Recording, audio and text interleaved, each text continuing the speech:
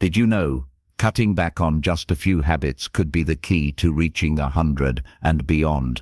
Even if you eat well, stay active, and take care of yourself, there are certain things many people do, without thinking, that can slowly chip away at their health and longevity. Most longevity experts agree, if you want to live past 100, it is just as important to know what to avoid as it is to know what to do. And the surprising part is, some of these habits may seem harmless, even normal, until you understand their long-term effects. In this video, we are going to uncover 5 things that experts say you should do if you want to give yourself the best chance at a long, vibrant life. Each one is a subtle but powerful influence on how your body and mind age.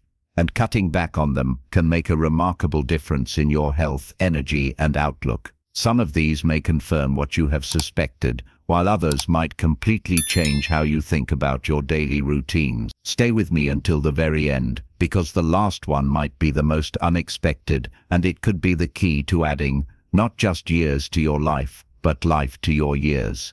Let's begin. Number 1. Sitting for long periods without movement. One of the most common habits that can quietly undermine your health after 70 is spending long stretches of time sitting without getting up to move. You might think that a few hours in your favorite chair, reading or watching television, but when those hours add up day after day, the effects on your body can be significant. Extended sitting slows circulation, especially in the legs, which can lead to swelling, stiffness, and even increase the risk of blood clots. Your muscles, particularly those in your core and lower body, can weaken over time, making it harder to maintain balance and independence.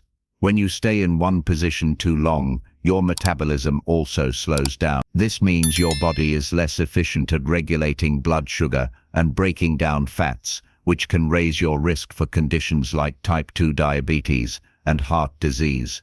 Even if you exercise regularly, long, uninterrupted sitting can cancel out some of those benefits. It is not about avoiding sitting entirely, it is about breaking it up so your body stays engaged and active throughout the day. This is especially important for seniors because the natural loss of muscle mass with age, known as sarcopenia, can accelerate when the body is inactive for extended periods. Over time, this can make simple daily activities like climbing stairs, getting up from a chair, or carrying groceries feel more challenging. That gradual loss of strength can also raise your risk of falls, which is one of the most common and serious concerns for older adults. The solution does not require intense workouts or complicated routines. Standing up every 30 to 45 minutes, stretching or taking a short walk around the house can make a real difference. Even small movements like marching in place while waiting for the microwave or doing a few gentle arm raises during a TV commercial help keep your blood flowing and muscles engaged. If you enjoy hobbies that keep you seated for long periods, try setting a timer as a reminder to stand up and move for a couple of minutes. The goal is to make movement a natural part of your day, not something you only do during designated exercise time. By breaking up long periods of sitting, you are protecting your heart, your muscles, and your mobility. Over time, these small changes add up, giving you a stronger foundation to keep living actively and independently well into your later years. This is not about giving up comfort. It is about making sure your comfort today does not cost you your health tomorrow. Number 2.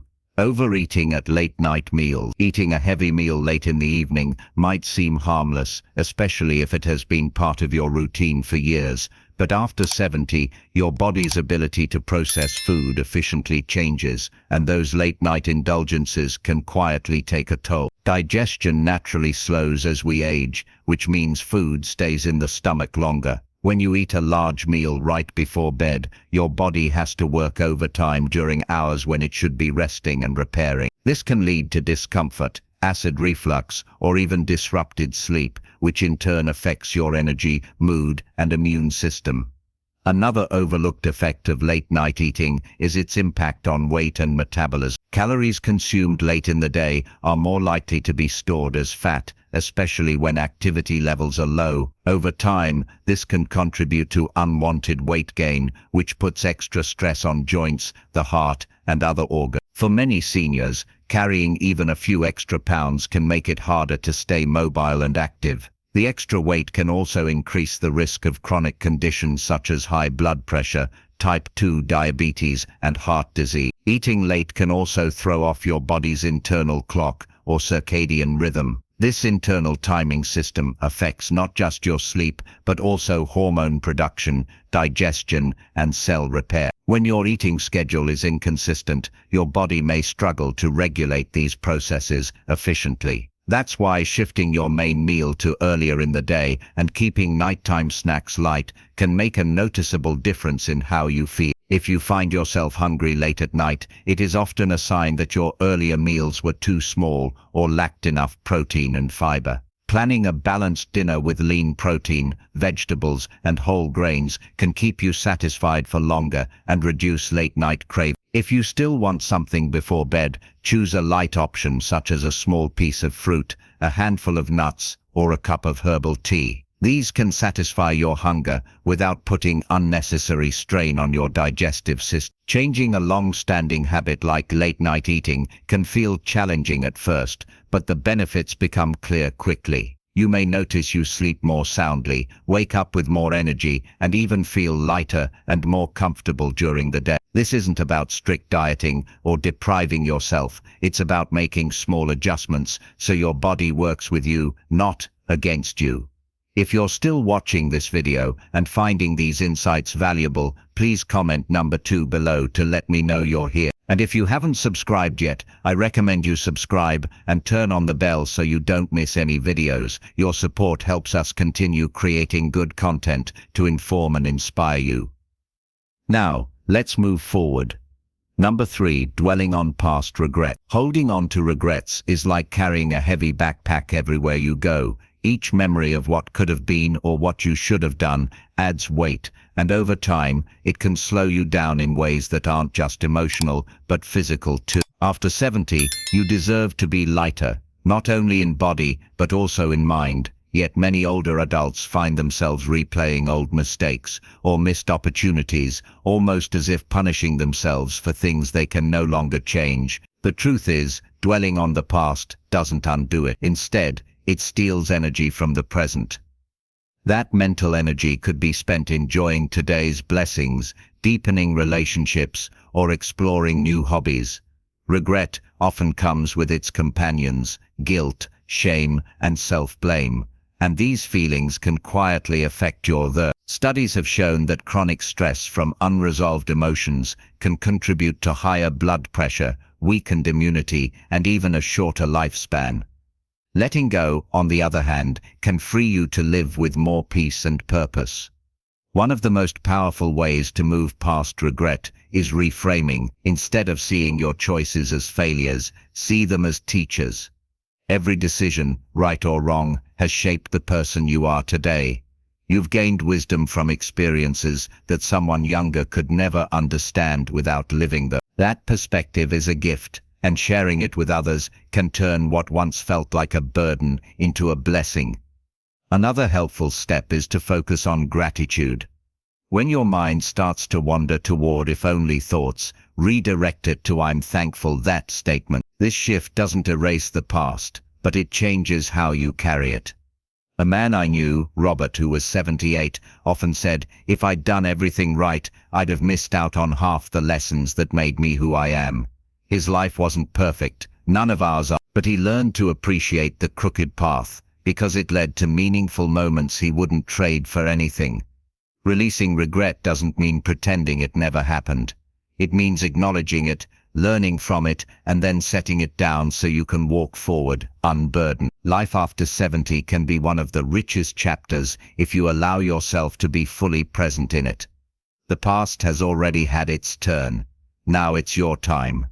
Number 4, overcommitting your time. After 70, time becomes one of the most precious resources you have, and how you choose to spend it shapes the quality of your days. Yet, many older adults find themselves saying yes to too many things out of habit, obligation, or fear of disappointing others. It might be agreeing to volunteer every weekend, attending social events you don't truly enjoy, or constantly helping family members at the expense of your own rest. While staying active and connected is important, overcommitting can drain your energy and rob you of the freedom you've worked a lifetime to earn.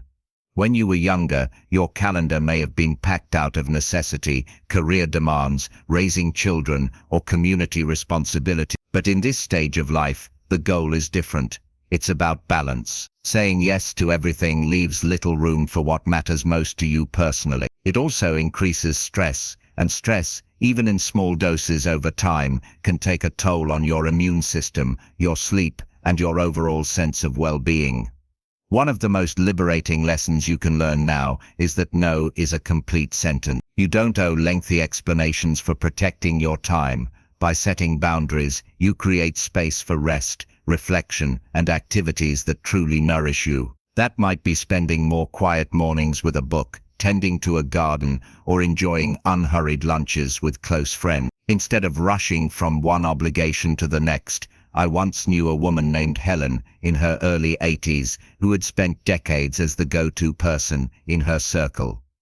If someone needed help, she was there, but she eventually realized she was always tired and rarely did the things she actually loved. When she started saying no to some requests and yes to herself, her energy returned and her days felt fuller, even though her schedule looked emptier on paper. Guarding your time isn't selfish. It's an act of self-respect and an acknowledgement that life at this stage is about depth, not constant busyness. By choosing your commitments wisely, you give yourself the freedom to live more intentionally, with enough space to savor each day, instead of rushing through it. If you're still watching this video and finding these insights valuable, please comment number 4 below to let me know you're here. And if you haven't subscribed yet, I recommend you subscribe and turn on the bell so you don't miss any video. Your support helps us continue creating good content to inform and inspire you. Now, let's move forward. Number 5. Comparing your health to others. It's natural to notice how friends or neighbors are doing, but constantly measuring your health against theirs can quietly chip away at your peace of mind. After 70, every person's body tells a different story. Some folks seem to keep their strength and stamina for decades, while others face challenges sooner. This isn't about who's winning at aging. It's about the fact that no two paths are the same. When you fall into the habit of comparing, you risk losing sight of your own progress, focusing only on what you think you've lost. I've seen this many times. Someone hears a neighbor brag about walking 3 miles every morning and immediately feels discouraged because they can only manage one. The truth is, that neighbor might be dealing with other hidden struggles you know nothing about, and you might have strengths they wish they had. The danger is that comparison shifts your attention from the real question, how can I live my life fully with the body and abilities I have right now, to a false scoreboard that no one really wins. Take Eleanor, for example. At 82, she was frustrated that her younger sister still played tennis while she needed a cane. But when she started keeping a daily log of the walks she could take, the healthy meals she enjoyed, and the friends she saw, she realized her life was still rich and active in ways that had nothing to do with sports. She found pride in her own version of health, rather than in chasing someone else's pace. When you stop comparing, you free yourself to focus on your own milestone. Whether that's climbing a set of stairs without pain, gardening for an hour, or simply waking up without stiffness, your health is yours alone, shaped by your history, your choices, and even your luck. Respect it, care for it, and celebrate the victories that matter to you, not the ones that fit someone else's story. This shift not only reduces stress, it also builds a deeper sense of gratitude for the body that's carried you this far. Final thought. Living a long, healthy life isn't just about adding years to your time. It's about adding quality to those years. If you've recognized yourself in any of the habits we've talked about today, don't be discouraged. Change is possible at any stage, and even small adjustments can make a meaningful difference in how you feel day to day. Longevity experts often say that it's not the dramatic, once-in-a-lifetime choices that shape your health most. It's the little decisions you make consistently, the ones that either build you up or quietly wear you down. Think of your life like a garden. You don't have to pull out every weed at once or replant everything overnight. You simply start by tending to one area, giving it the care it needs, and over time, the whole space becomes healthier and more vibrant. The same is true for your body and mind. You don't need perfection, you need progress. It's also important to remember that aging is not a competition. You don't have to keep up with anyone else, and you don't have to prove anything to the world. Your journey is your own. The goal isn't to live forever, it's to live well for as long as you're here. That means protecting your energy, choosing habits that support your well-being, and letting go of anything that doesn't serve you anymore. I've met people well into their 80s and 90s who still wake up curious, grateful, and eager for the day ahead. They're not focused on what they can't do, they're focused on what they can, and that mindset makes all the difference. You can choose that too. Start where you are, use what you have, and take one step at a time toward a life that feels full and satisfying.